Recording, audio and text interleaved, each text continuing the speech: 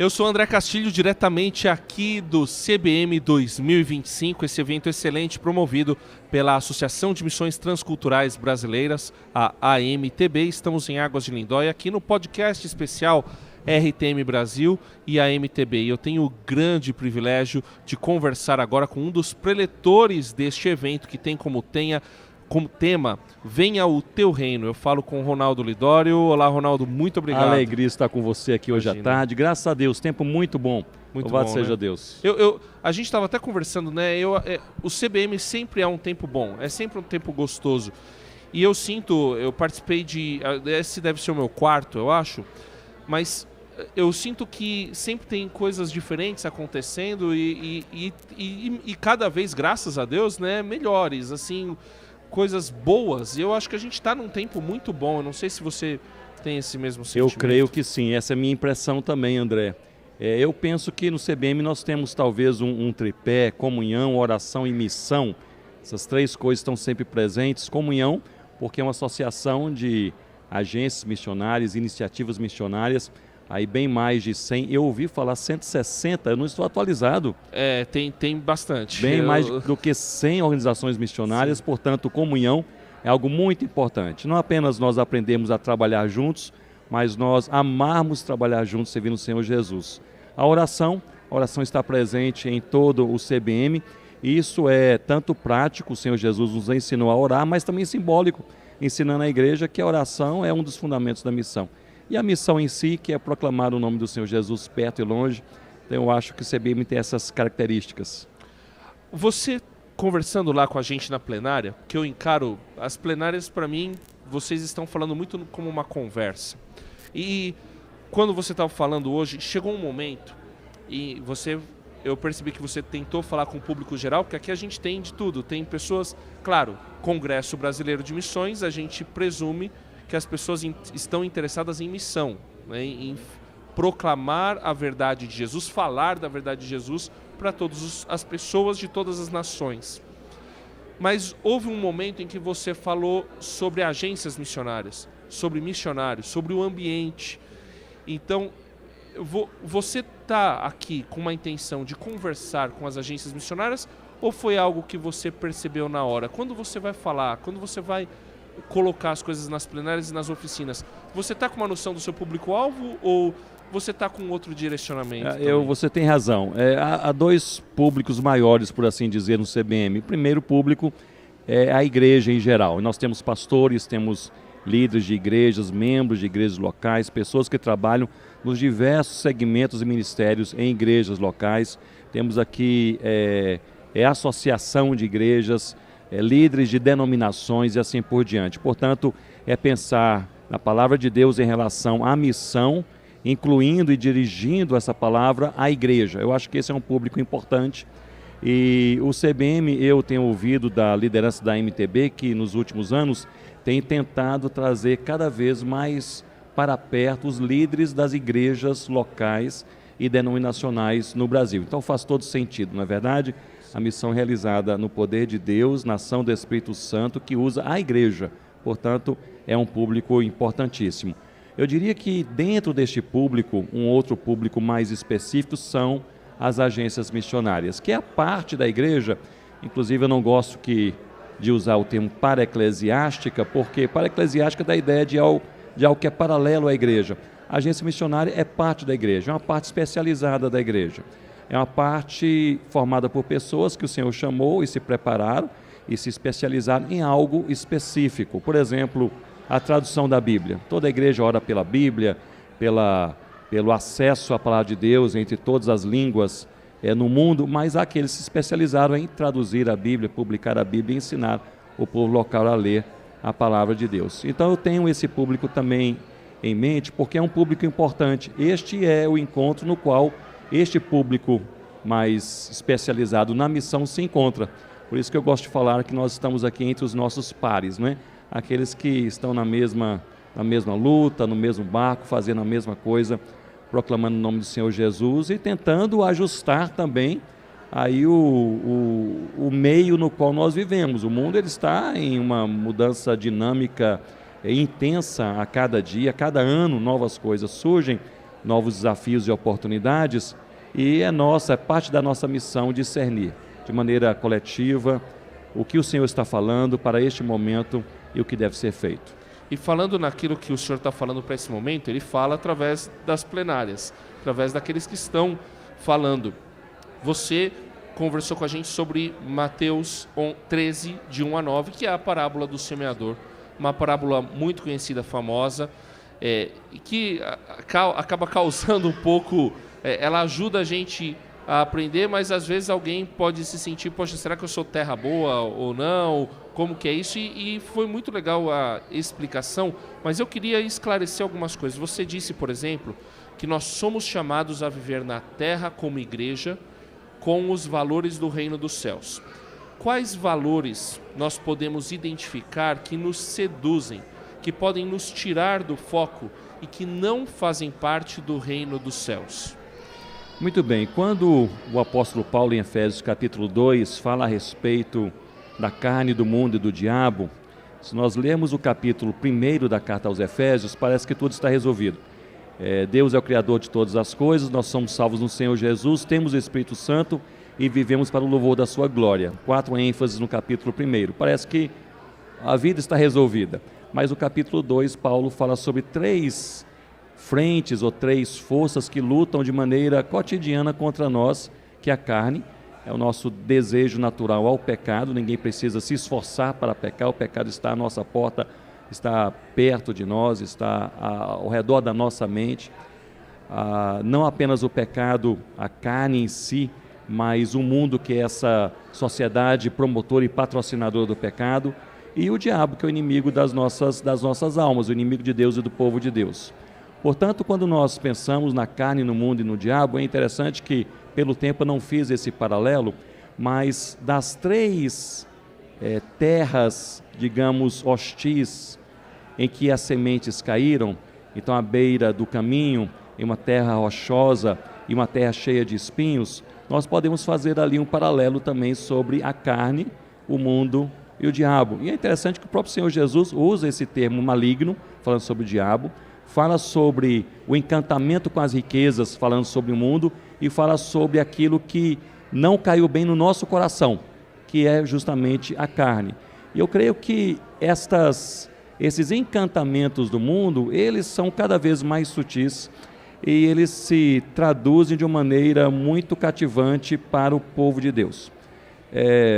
A Bíblia nos fala sobre o amor às riquezas, e nós pensamos às vezes uma riqueza apenas monetária, mas a riqueza pode ser uma riqueza pessoal, como uma fama alimentada pela vaidade, pode ser uma riqueza coletiva, de um sucesso e um reconhecimento de sucesso, pode ser uma riqueza monetária, um dinheiro, uma construção, algo a se mostrar a outras pessoas. É interessante observar como que essas vaidades humanas, elas nos tiram do trilho. Eu creio que a carne, o mundo e o diabo não conseguem, e eu creio piamente nisso, não conseguem de maneira alguma roubar a nossa salvação em Cristo. Somos salvos em Cristo e estamos seguros em Cristo para toda a eternidade. Louvado seja o nome do Senhor por isso. Mas consegue nos distrair daquilo que é prioritário para Deus. E aí, pensando no ambiente da missão, uma das prioridades de Deus, e o Senhor Jesus deixou isso tão claro em Mateus capítulo 28, é que nós possamos fazer discípulos dele, não nossos, mas discípulos dele em todas as nações. Eu creio que a igreja, muitas vezes distraída pelas luzes desse mundo, ela deixa de fazer discípulos. Faz eventos, promove construções, promove algo que às vezes impacta a gente em termos visuais, em termos comunicacionais, mas nós muitas vezes estamos deixando de fazer discípulos. E fazer discípulos é o mandamento que Jesus deu lá em Mateus 28, a partir do 18 ao 20, né? Isso. E quando a gente deixa de fazer isso, a gente só deixa de obedecer a Jesus. Mas outra frase que você disse, que há algo inumano e extraordinário na missão de Deus. E aí a pergunta que pode ficar, se na nossa vida nós não vemos esse extraordinário acontecer, isso indica que existe algo errado?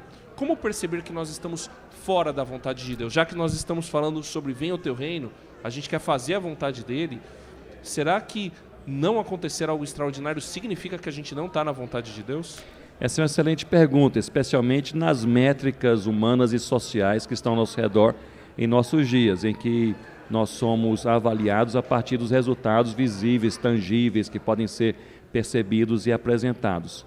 Mas, veja bem, na palavra de Deus, o cristão, ele é avaliado pelo próprio Senhor Jesus, não a partir dos resultados do seu próprio trabalho, mas a partir da sua fidelidade. E eu creio que é este crivo da fidelidade, nós somos chamados a ser fiéis a Deus, porque Ele é fiel, Ele permanece fiel mesmo na nossa infidelidade, mas este critério bíblico da fidelidade deveria ser o critério que nós pudéssemos levantar com uma alta bandeira em nosso meio, um chamado pessoal, um chamado para a nossa família, a nossa igreja, a nossa missão, para sermos fiéis a Deus. Os resultados do nosso trabalho, muitas vezes nós vemos, graças a Deus por isso, outras vezes não.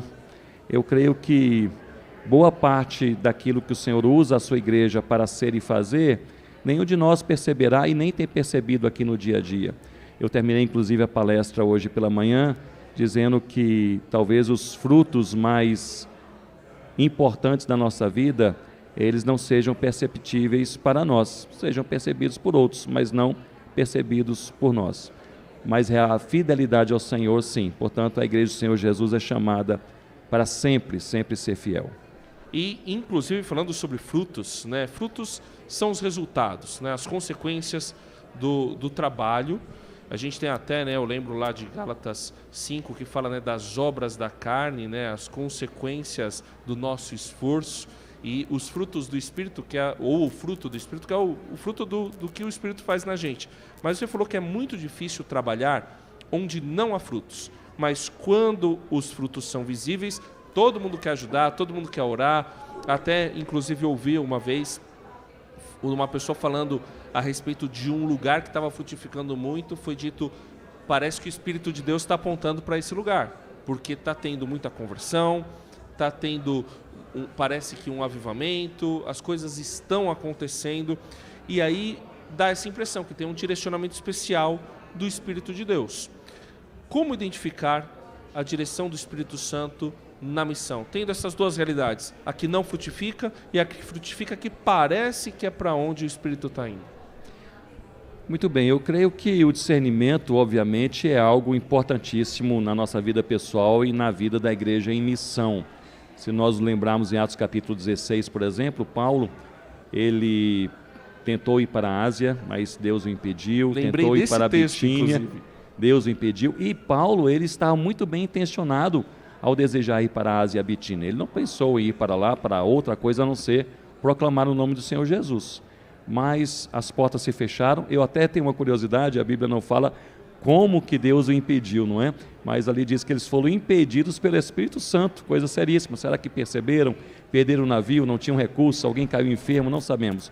O certo é que eles voltam para Tarsis. E aí Tarsis, que às vezes nós lemos essa passagem bíblica de maneira assim mais rápida, mas Tarsis é um local muito importante na vida da igreja do povo de Deus, porque foi em Tarsis que Paulo ele parou para refletir e esperar em Deus, porque ele não sabia o que fazer. E muitas vezes, neste agito da vida, nós queremos fazer a roda girar, se tentamos algo não dá certo, batemos na próxima porta, na próxima porta, na próxima porta, até uma porta se abrir e fazemos aquilo que nós julgamos que Deus está dirigindo ou não, mas sem tempo de oração, sem tempo de reflexão e sem tempo de partilha com aqueles que estão ao nosso redor. Na multidão dos conselhos que Deus dá àqueles que estão ao nosso redor, há também sabedoria. E o que Paulo fez ali com a sua equipe em Tarsis foi esperar, foi orar. E ali tiveram essa visão de um homem da Macedônia dizendo, passa a Macedônia e ajuda-nos. E aí realmente concluíram, não era a Ásia, não era a Bitínia, era a Macedônia. Foram, chegaram em Filipos, Deus abençoou, local dificílimo, com muitas lutas, mas nasceu uma igreja. Foram para Tessalônica, nasceu uma igreja, muitas lutas, mas nasceu uma igreja. Em Bereia, muitas lutas, mas nasceu uma igreja. Deus abençoou o trabalho na Macedônia. Eu creio que nos falta, às vezes, pessoalmente, como igreja e como movimento missionário, mais tempo de reflexão, e mais tempo de oração, e mais tempo de espera também.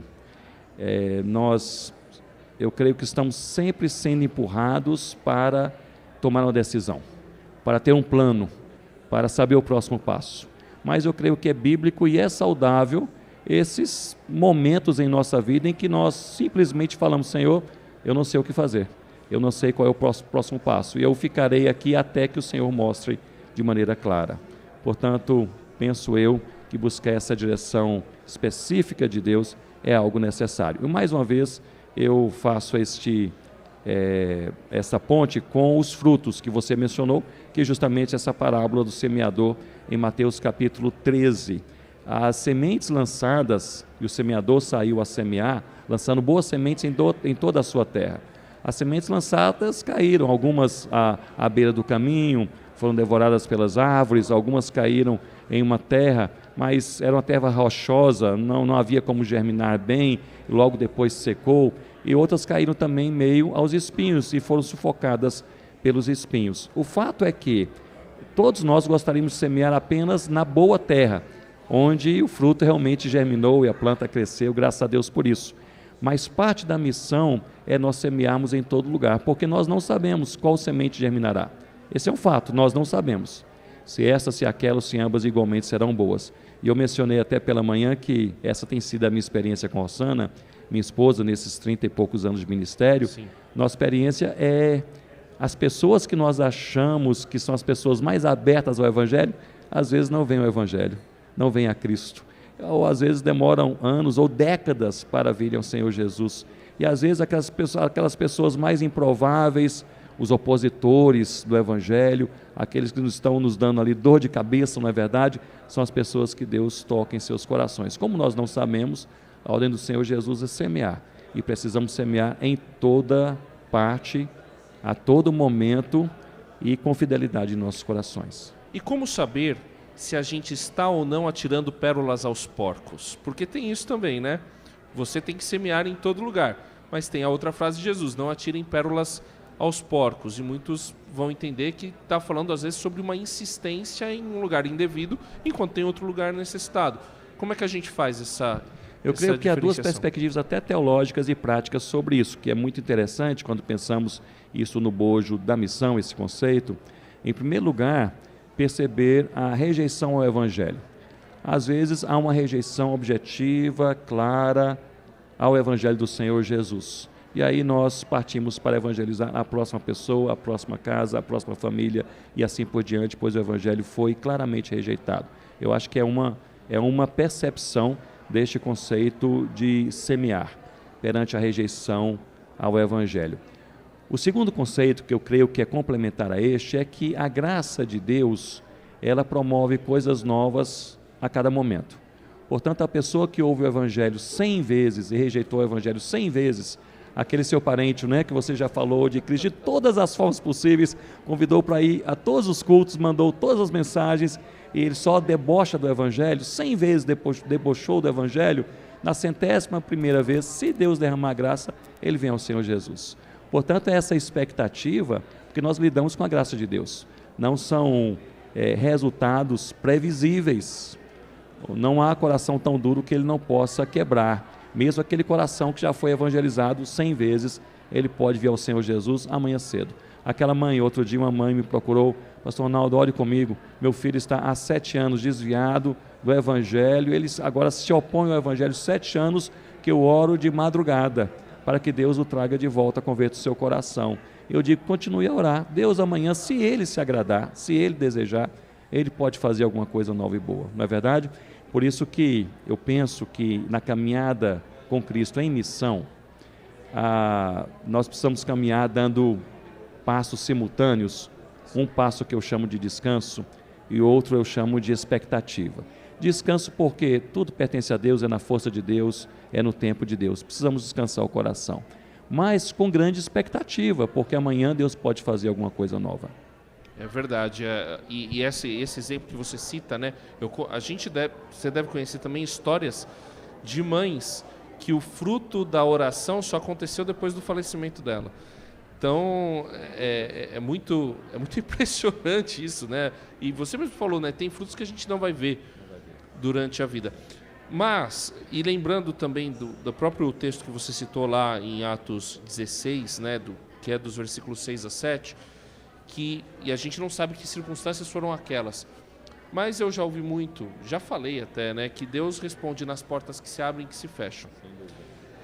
E aí houve uma frase sua que eu achei muito boa. Eu queria entender melhor. Em meio ao caos é que é preciso lançar todas as sementes. Então a gente tem as duas situações, as situações das portas que se fecham e a situação do caos onde vai precisar semear. Então, como é que a gente faz? Essa é uma excelente pergunta e eu tenho colocado essa pergunta também dessa forma. Em que contexto a igreja vai cumprir a missão? Se nós olharmos, por exemplo, um texto bíblico em Mateus capítulo 24, palavras do Senhor Jesus, primeiro que ele deixa bem claro que a missão será cumprida. O evangelho do reino será pregado em testemunho a todas as nações e somente depois de tudo isso é que virá o fim. Então o evangelho será pregado a todas as nações. Então a missão será cumprida. Mas em que contexto a missão será cumprida? E ali naquele capítulo 24, o Senhor Jesus ele apresenta este contexto aos discípulos e é um contexto caótico.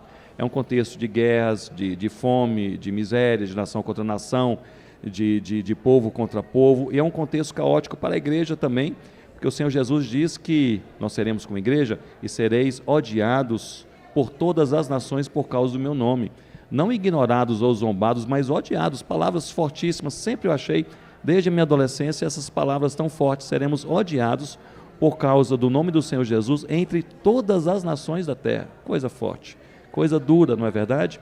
O Senhor Jesus deixa bem claro, bem como nessa parábola do semeador em Mateus capítulo 13, que o ambiente no qual, o contexto no qual a igreja cumpre a missão é um ambiente difícil, é um ambiente caótico, é um ambiente de prejuízo, de pressão, de opressão e de perseguição. Não há um outro ambiente, a igreja não deve esperar as coisas melhorarem, a fé cristã ficar assim mais bem afamada no mundo, as portas se abrirem, os governos falarem, não, agora não é mais proibido, podem vir aqui plantar igrejas, ali o mundo dá um tapinha nas costas dizendo, vai em frente, um aplauso. Nós não podemos esperar isso acontecer. Eu falo isso numa perspectiva, claro, pessoal, eclesiástica e missionária.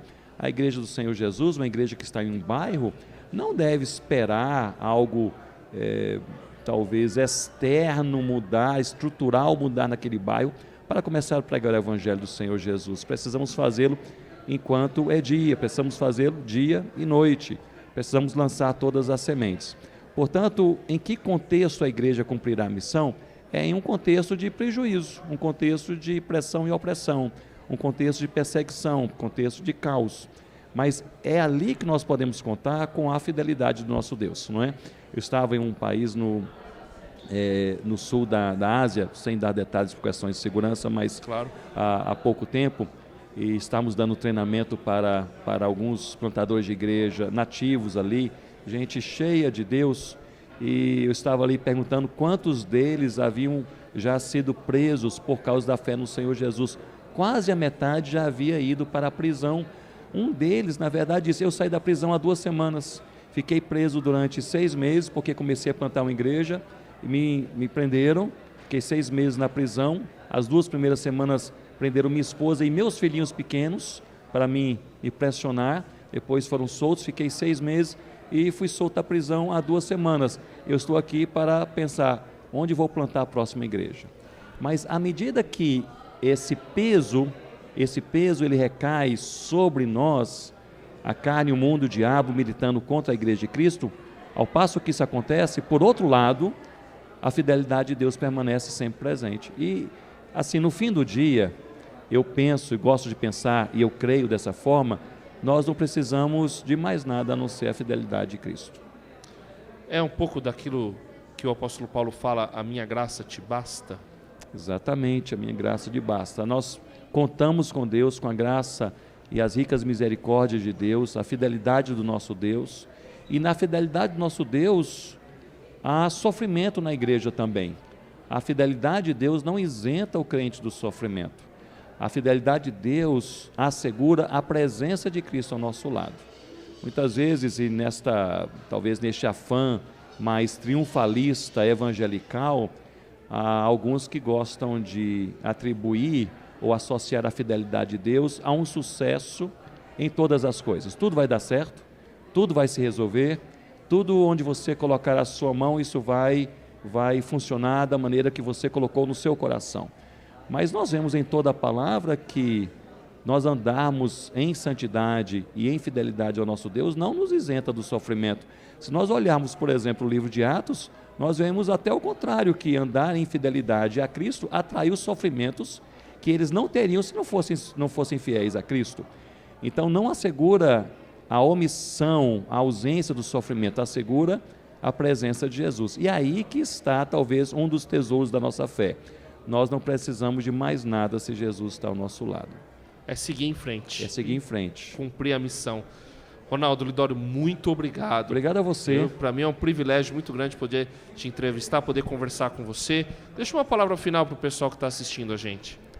Que Deus anime o seu coração. Eu sei que cada um de nós tem as suas lutas, aquelas que são públicas, todos percebem, talvez uma enfermidade, algum problema pessoal bem visível, e tem as suas lutas privadas do coração, da alma, que ninguém sabe. Mas o Senhor Jesus, Ele está conosco, como nós lemos em Mateus capítulo 28, Ele está conosco todos os dias, não precisamos de mais nada. Portanto, creia em Jesus, ame a Jesus, siga Jesus, proclame o nome do Senhor Jesus, com tudo que você é, com tudo que você faz e tem, para a glória do próprio Senhor Jesus. Muito obrigado, Ronaldo Lidório. Eu sou André Castilho, especial aqui para o podcast AMTB RTM Brasil no CBM 2025.